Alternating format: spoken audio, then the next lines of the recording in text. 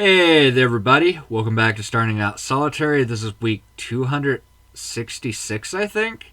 Okay, I will be totally honest with you. I am totally confused if we are on week 266 or on week 256. I have a feeling that when I go to upload this video, I am going to feel extremely silly either way. So I do apologize. But either way, silliness aside, I'm Blind Rob, and as always, I'm covering in for Corvus, and it is great being able to talk to you, to share my thoughts, my opinions. This week, we are talking about cauldrons. Okay, so cauldrons are a huge, important aspect, thing in my practice, especially as an Irish polytheist. At the moment, I do not own a cauldron. I used to have a cauldron, used to have a small one, about yay big. Don't know what happened to it. I stopped using it because I figured out that the bottom leaked anytime I tried to put water in it. It just kept leaking. It started leaking and just kept leaking, so I think I might have got rid of it. So, I do plan on getting one. I just really want to find the right kind of one that's about kind of small, because the way that the room that I live in my family's house is set up, and I probably will be living up here for more years to come, I have had, and while I do have stuff to make a larger permanent altar, I'm having to work with a smaller space, because I only have something between a quarter to half of the room to myself. The other half is very much storage space, as this room is also not just my room in the house, but it's also the attic. So I started building a smaller altar. So getting my hands on smaller cauldrons is probably a lot more important and essential to my practice at the moment. As far as future cauldrons go, I want to get at least 2 cauldrons. I want to get one that is iron, and I want to get one that is non-iron, like of non-ferric metal, so something like made out of copper or silver, something of that nature. And the reason for that is because a small sub area of my practice as an Irish polytheism is I practice a couple of different forms of Irish polytheism side by side. One of those is the fairy faith. And while not all fairy species are hostile or vulnerable to iron, enough of them are that even to the species who are the kinds of fairy folk of the Ishi who aren't vulnerable or aren't hostile toward iron, enough of them are to the point that them as a whole tend to see iron pointed at them,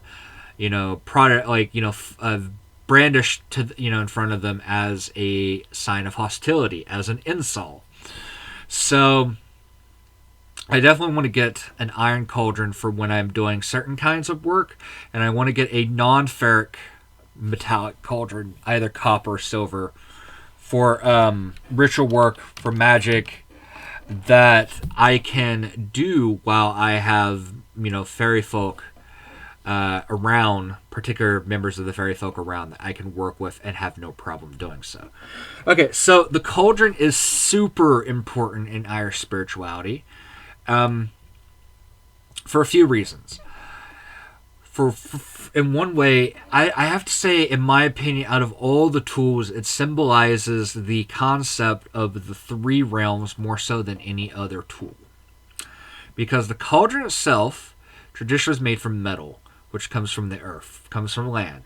You cook with it. You put water in it. Comes from the sea or water. And in fire, which in Irish tradition, Irish perspective, at least as far as I've researched, is an aspect of air, though it transcends the basic realm of air.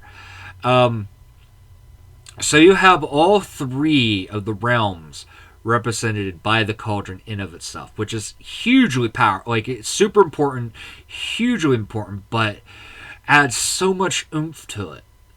But that aside, hospitality is majorly important to Irish spirituality to like to the point that hospitality, breaking hospitality, was like the worst taboo that you could do in Irish spirituality, even among the gods. Like even the gods, to some extent, were bound, and to to a lot of extent, actually, on a lot of levels, was bound up by hospitality.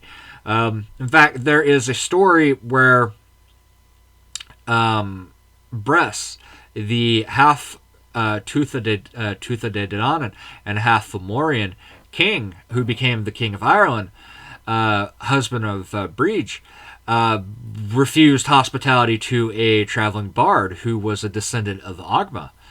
And this wandering bard,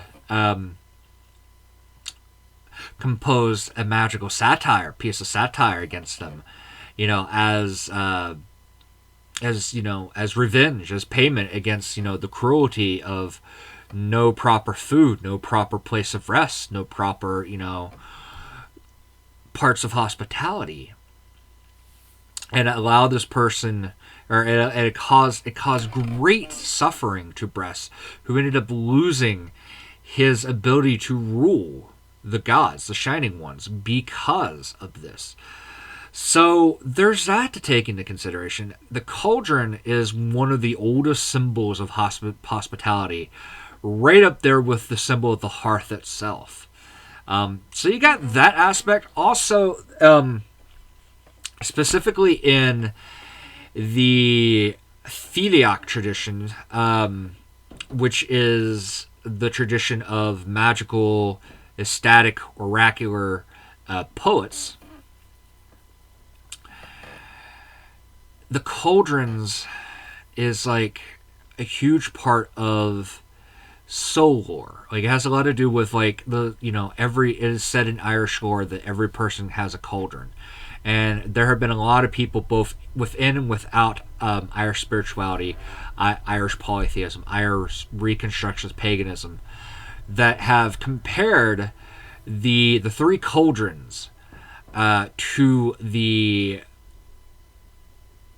chakras, to the chakra system. And of course, different people are going to have different opinions about that. I'm personally of the opinion that comparing the three cauldrons to the chakras is like comparing oranges to apples. They're both fruit. They're just different kinds of fruit. But you can do energy work with the cauldrons. But the primary purpose of working with the three cauldrons within each and every one is to obtain all that you can be, but to also obtain and access Imos, which is the divine spirit, the font of divine spirit of wisdom and inspiration, which is the ultimate goal of the Fili or poet. And is so to me, the cauldron symbolizes one of the, in more than one way, symbolizes things that are very much at the heart and core of my practice. That I could not have a practice as an Irish polytheism, as a Brigidine person, as a Brigidine devotee. I would not be able to be so without the cauldron. And just in case anyone's hearing this and is wondering, well, why don't you have one? Well, that's because I just have not found one that have called to me. I'm very picky about tools. I don't just grab, I just don't go and like look at the first one and go, I'll grab that. That will do. I am very much an animist, especially with the tools they work with. And I'm also someone who will tend to have things custom made if I can get away with it. I have yet to find someone who custom makes cauldrons. I have a feeling that I highly doubt I will ever find someone who will make custom made cauldrons. But if I ever did, I would be there in a heartbeat to have one made, for sure. Actually, two made, because I definitely, like I said, I want one that's made out of iron and one that's made out of either copper or silver. That is small enough to have on my small altar. So, yeah. Also, the cauldron is specifically tied to the Daghda, An Daghda, Breege's father, who While I don't have a strong enough relationship with him as I do with Breach, he still is an important deity to me. Among other things, he is the god of plenty, the god of abundance, the god of community. Like, the cauldron represents community. It doesn't just represent hospitality and family, but community, bringing people together so that people can have what they need to survive, to live, to thrive. So yes, to kind of get back to the whole point of this conversation, the topic at hand, like, how important is the cauldron to my practice? Is it a part of my practice? Do I have one? I don't have one currently. I'm still looking for 2 cauldrons, but it is super important. It is vital. It is essential to my personal practice. In many ways, I would not be able to have a practice without the cauldron. It's that important. May Breach bless. Take care. I'll talk to y'all next time.